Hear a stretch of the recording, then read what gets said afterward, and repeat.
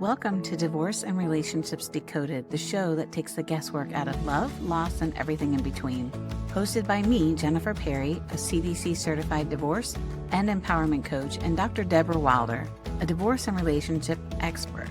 This is the place where real conversations meet expert advice. So get ready to decode divorce and relationships like never before. Divorce and Relationships Decoded starts now. Hello, everyone, and welcome back for another episode of Divorce and Relationships Decoded. I am one of your hosts, Jennifer Perri. I'm a CDC Certified Divorce Coach, and I am joined by my wonderful friend, Dr. Deborah Wilder, who is a divorce and relationship specialist. How are you, my friend? I'm doing very well. How are you doing, Jennifer? Good. It's good to see you again. We had so much fun last week talking about attachment styles. And every time we're together, I learn so much. I really do, because there are things that I think personally I just deal with in life and don't realize that everybody else is actually dealing with them. So when we have these conversations, I'm like, oh my God, that's actually a thing. It's not just me. We both learn things. So today, it's not just about understanding your attachment style. We're going to go deeper today about understanding it more on a conscious, subconscious level and how we react to people and situations around us. Okay, so we talked about the different attachment styles. We've got the kind of the regular secure attachment. We've got the anxious attachment style. We've got the avoidant, and we've got the disorganized. And just to review, the secure attachment feels comfortable generally with emotional intimacy and with relationships, and can have highs and lows as well, but generally is comfortable in a relationship, an emotionally intimate place. An anxious attachment style generally comes from a fear of abandonment. So there's always or often a fear that the partner or whoever the person is in a relationship with is going to leave somehow. So there's not that trust that person's going to stay. The avoidant attachment style generally leads to avoiding dealing with issues in the relationship and sometimes avoiding emotional intimacy as well. And the disorganized is a combination of the anxious and the avoidant. And that generally comes from a place of being raised by caretakers who were disorganized themselves in the way that they loved and or cared for the child. Sometimes they were involved, sometimes they were not involved, and things like that. So that's a very basic review of attachment styles. But what's interesting is knowing our attachment styles is very important. But it's not always enough to make a difference in how we are in relationships. So let's say you are an anxiously attached person. That's your attachment style. Just knowing that is good and helpful. That's a great first step. But it doesn't always make the anxiety go away, just knowing that. What we need to do is really understand how are we affected physically, physiologically. And what happens is we have triggers, and those triggers are going to affect those deeper sort of survival instincts. So the anxious person who is anxious or even avoidant or disorganized, the sense of safety and security is compromised, or there's a feeling that the safety is compromised. And that is a deeper part of our brain, that kind of survival, fight or flight, instinctive parts of our brain that when in the olden days when we would be chased by a saber-toothed tiger, that's what saved us. That's what kind of kept us alive. And so our bodies adapted to that, but we're not being chased by that anymore. And much of the stress that we have is mental or emotional. Our bodies are still adapting in that way. So we need to learn how to calm our systems down and recognize the triggers, because a lot of times we don't operate, once we're triggered, we don't operate from that headspace. We operate from a reactive place. I heard this years ago. I didn't make it up. I wish I did, but I didn't. Being reactive is by default, and being responsive is by design. We operate in our default most of the time, or much of the time. And when we're triggered, our default kind of comes forward. So it's important to be able to calm our bodies down, recognize, if we can, when we are triggered, and then intellectually remind ourselves, okay, let's see what we can do to calm our bodies down, because we go into panic mode, or we go into walking on eggshells, or we go into anxiety, or we go into stress, or whatever it is. We have a physiological reaction to that. And then we react rather than respond. So when we can recognize when we're triggered, and this is across the board, regardless of attachment styles, but we're focusing on that right now. When we recognize that we're triggered and we are starting to feel it, we feel that anxiety, we feel that tension in our bodies. That is our signal. If we are purposeful, that's our signal to really work on decompressing our insides and de-stressing our insides. But there's a moment between A, which is what happens, and B, our response or reaction to it. It's this space in between that can be our saving grace when we are stressed or in a tough position like that. Because a lot of times we just react. Again, we react. If we're hurt, we're going to react perhaps. In work that I do, many people do, it's to, again, be able to recognize when we are triggered. Again, not just knowing our attachment style is very important. Recognizing when we're triggered is very important. And then if we can stay in the space where we are more rational, then we can remind ourselves, okay, this is what's happening. This is what I need to do to calm my insides down so that I can respond rather than react. So it's a process, but being self-aware is a huge gift that we can give to ourselves. Being aware of how we respond or how we react, what bothers us, what we feel like. Self-awareness is very important, really, in probably most situations. But in this kind of a thing, it can save us so much heartache, and it can really make a big difference in a relationship, because you might have a partner who's triggering you unintentionally, and your reactions can continue to maybe push that partner away. The reactions could be so strong, and your partner might wonder, what did I do? Like, where is this coming from? Or I didn't do anything wrong, yet you're upset with me, or you're not trusting me, or all these things. So the physiological component of stress and anxiety and tension and all of that is a big part, and we can't ignore it. It's a good thing not to ignore it. It's a good thing to be educated about what we can do to calm our bodies down when we're in times of stress, because we sabotage unknowingly and certainly unintentionally. We can sabotage when all we're trying to do is just stay safe, emotionally safe or physically safe or whatever. But we can get in our own ways, get in our way a lot, and that will backfire. And that's just something important to think about, because knowing isn't always enough. What do you think? One of the things that I wanted to add about that too, we were talking about how stress really affects your body, and we've all heard that our entire life, right? Stress can make you sick or messes with your cortisol levels or really delays healing and stuff. And it wasn't until I was paralyzed that I really realized that, because now 3.5 years later, if I start to do something or I'm stressed about something or I get sick and my system is stressed, my legs start to shut back down again. Now I can physically feel the stress of stress. My husband and I are so close. I can look at his face and tell him if something is on his mind or if something's bothering him. And the same for me. If something's wrong with me, I just don't want to be hovered over. And I feel, because I had to take care of myself a lot in my life, that I feel like my number one job is to take care of me first. And then if I can't do it, allow other people in. He's not wired that way, which is one of the reasons I love him. Like, he wants to be there, instantly make it better. And I will get very short and just say, let me do my thing here for a minute. And then I go back and apologize. And I feel awful that he's there showing his love language, or he's acting in his style of attachment or whatever else in the relationship.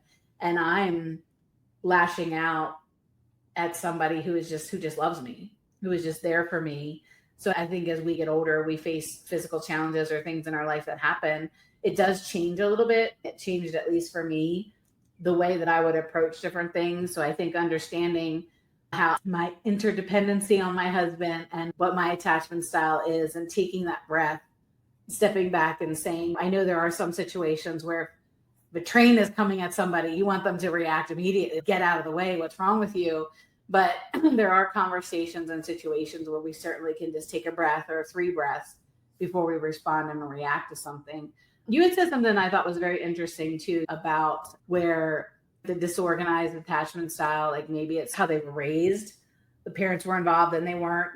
Do you see people hold on to their identities because of how they were raised, and then there's some type of unlearning of that? Or do you see that the environment they grew up through, that becomes then a part of their identity and their attachment style? I think it becomes a part of their identity and attachment style until they deal with it, because a lot of folks experience some form of trauma. And so that still sits in the body. It can sit in the body for a long time. And what happens is when that trauma response gets activated over and over and over and over again, that becomes part of the body as well. So do I think people can learn to do things differently? Yes, but a lot of times it takes deep work. Our brain is very malleable, and we can learn things and form new neural pathways.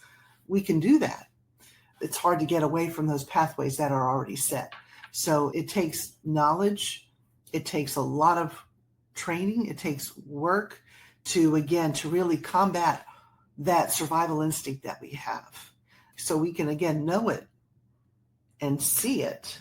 But when we're in it, it's hard to, unless we learn the skills to make some changes, it's hard to react differently or respond differently. But no, I don't think somebody is stuck. Let's just say, if that's the question. Are you stuck with this gift that you've been given since childhood forever? Not typically, if you do some hard work to really make some changes, because it's painful. And the person who is struggling wants it to be different more than anybody else. Sure. It's not something that someone wants to carry. And people can be re-traumatized over and over again, from, let's say, childhood to relationships that they've been in. And from one relationship to another, let's say someone cheated on you or someone betrayed you in some way, and then now you're in another relationship and this person hasn't done anything like that, but you're still triggered when that person leaves to go to the gas station to fill up the car with gas, or goes to work, doesn't text you back right away. These are constant reminders. It can activate that stress response. So being aware is very important. And I think there are daily exercises people can do, because it's a habit. It's our body as a habit, and it's a survival mechanism. So anxiety, I tell folks too, anxiety is not bad. Anxiety is what keeps us. If we didn't have anxiety, we would probably, most of us, be dead, because we would just cross the street without ways. Anxiety is what saves us, but it's the more extreme anxiety that really can be very difficult and bad for us. So anxiety is good. Too much of it is not good. But to be aware of our styles, our attachment styles, the things that trigger us, that's very important to do. Another great thing, I think one of the best tools, let's say, that somebody can use is pause. Just if something is going on, if you can really work on being able to pause before you react or respond, that's that sweet spot that allows you to get back up into here and recognize what you're feeling, but then think, what is going to serve me best here? How can I respond rather than react in a way that's going to create more of a win-win situation here, rather than just a lose all around? So pausing is a great tool. So self-awareness, intellectual, you can fill out a form, or things that we've talked about, or you can look online. What kind of attachment style do you have? That's great to know. Recognizing the triggers, that's very important to know. But understanding what happens when we are triggered is also very important to know, because that's where the work is. Being able to learn how to feel differently so that we don't lose that awareness of kind of what's going on, and we're not brought back to our original betrayal or abandonment, or the feelings that we had by being betrayed over and over again. Let's keep it current and try to relax our bodies and get our bodies out of that fight-flight state. That combination is really what's going to lead to a lot of healing. And then we are not necessarily going to stay in that attachment style, because we've learned and we've grown from that. That takes a lot of work, though. It really takes and commitment and dedication to do that, because, again, like most creatures, we are born to try to survive. And it's interesting too, because naturally, we don't have to think about it. We don't have to think about breathing.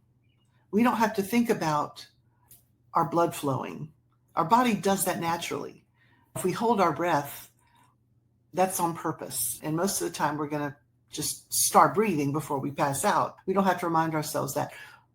Our bodies don't have to remind our bodies to do what we need to do to survive.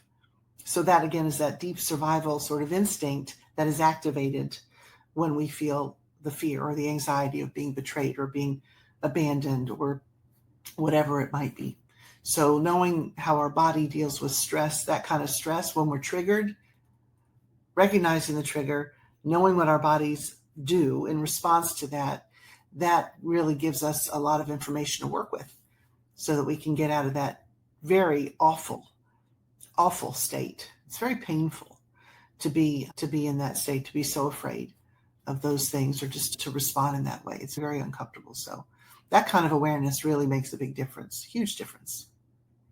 We both do work in mindset and coaching. And when I work with clients around limiting beliefs and money mindset, it usually stems from what we learned around us, what was told to us when we were younger. Now, there is a lot that's created through our own life experiences. And I don't want to deviate too much, but there was something you had said too about trauma being trapped in the body. And I've had so much trauma in my life, and I always tell myself, I'm good. I pick myself up and I move forward. I don't allow my past to define me. I was doing massages for a while to try to get my legs moving a little bit better. And my massage therapist became a really good friend. And she was like, have you ever done trauma work? And I said, I thought she meant coaching because I coach women who've had trauma. And she says, no, on yourself.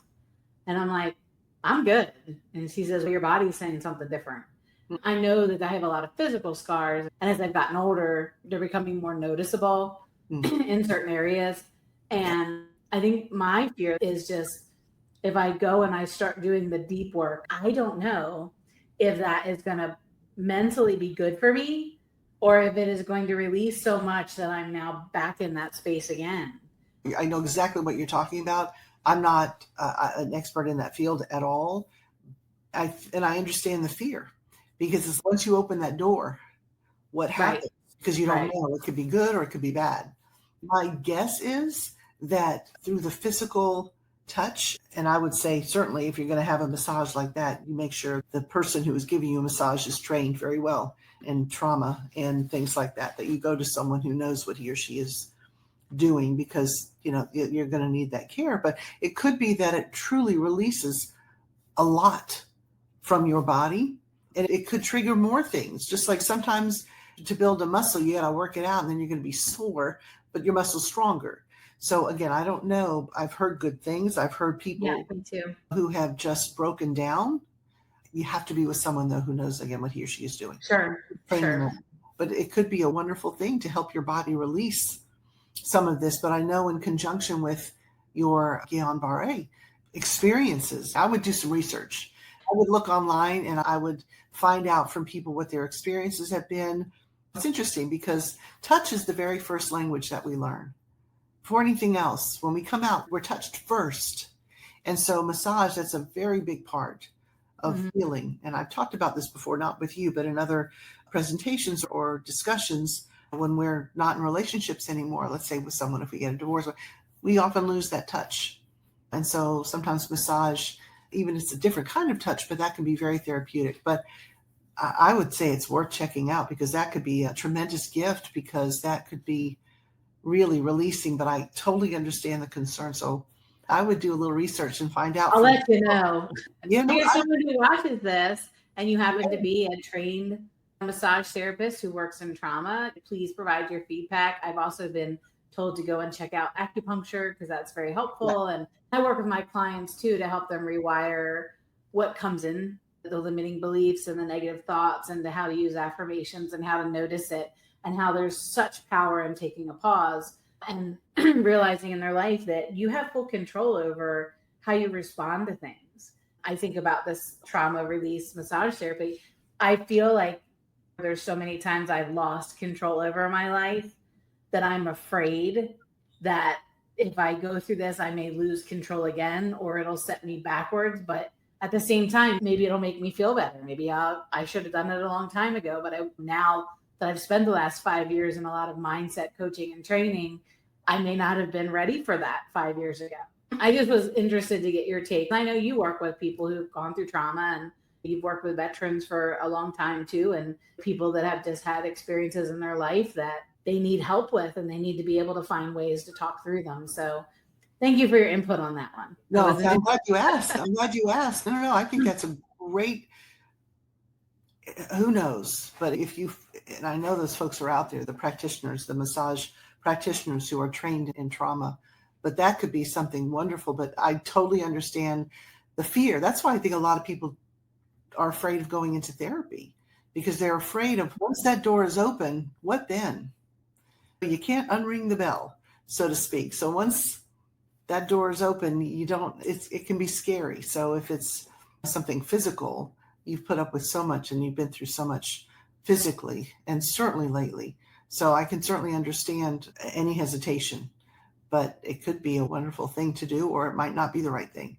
If you're watching this and you're concerned or worried about stepping through the door to therapy or coaching, we hope that we're giving you an opportunity to see who we are and realize how beneficial it can be. But I encourage you, if you're struggling with something, please reach out to myself or Dr. Wilder. That's why we're here. That's why we do this. We choose to come on here and have these conversations with you. We hope that we've given you at least a window into who we are and how we help people. Having information is really the first step, and very important. Without that, it's hard to go anyplace, but that's the first step.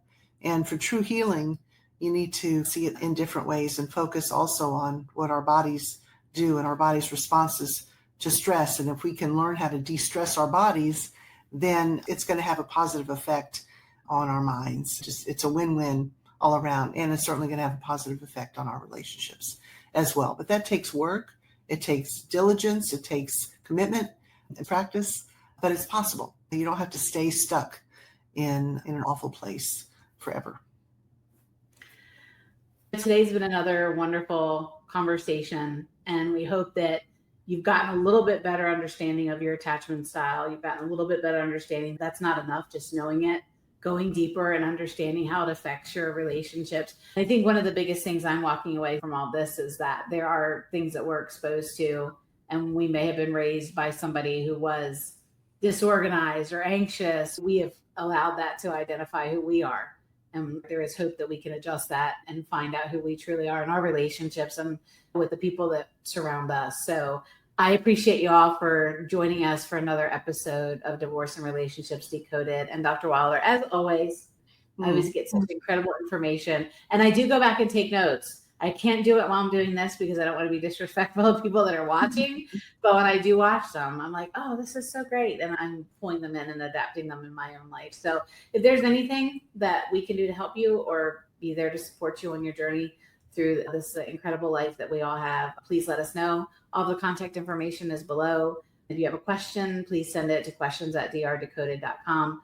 And it may just blossom into a topic, or we will definitely answer it in one of our questions of the week. Dr. Wilder, thank you as always for being here with me. Thank you. I love our conversations. This was a good one. We will be back again next week. You'll just have to come back and find out what we're going to talk about then. Bye, everyone. Bye. That's a wrap for this episode of Divorce and Relationships Decoded. We hope you found today's discussion insightful and empowering. If this conversation resonated with you, we'd love for you to share it with someone who might need to hear this message. Remember, healing, growth, and transformation happens one conversation at a time. If you have a question, a story, or a topic you'd love for us to explore, we'd love to hear from you. Drop us a note at questions@drdecoded.com. Your thoughts and experiences are always welcome here. Thank you for joining us, and we'll see you next week for another insightful episode of Divorce and Relationships Decoded. Until then, take care and keep moving forward.